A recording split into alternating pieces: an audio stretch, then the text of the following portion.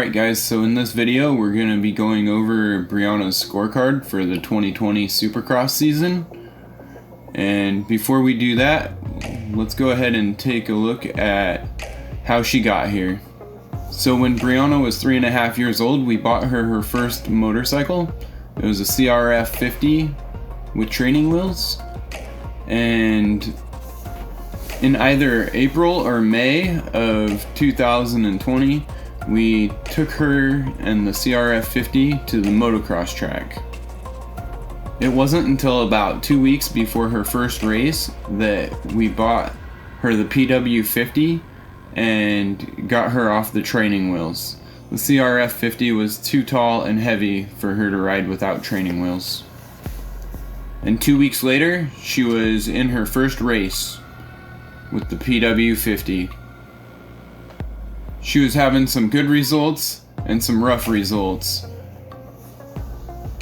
She found out how slippery it was in the mud, and we got her some new tires, and that helped tremendously.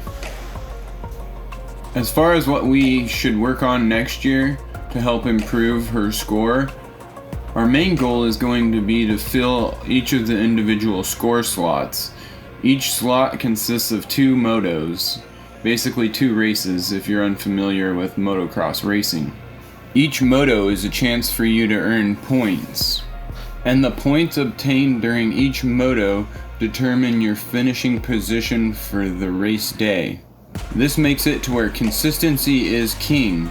As long as if you're there for a race day, you can basically come in last place on the first moto and then come in mid to front field in the second moto and finish basically midfield. With an example being the race that Brianna got 3rd place overall on June 12th. She actually missed the first couple laps, or the first lap at least, of the first moto. This put her in last place for the first moto, but she got like 4th place in the second moto. The reason why she got 3rd place overall is because the kids that got 3rd through 1st on the first moto must have gotten 5th through 8th on the second moto, and that bumped her points up above some of theirs so that she got an overall of 3rd.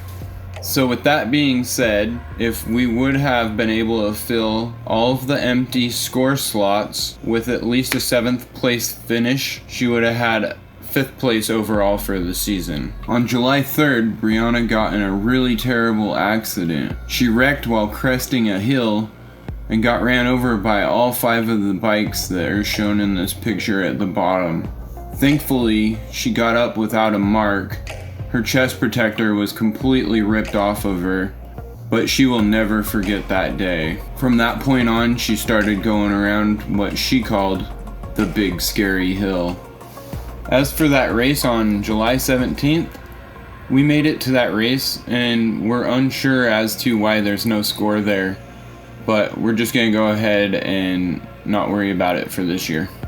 On July 18th, the following day, she was throwing a fit at the track that day, so we decided that we weren't going to come back for the following race. And then the next 2 race days that we missed were completely because we thought it was going to be the hottest weekend of the year.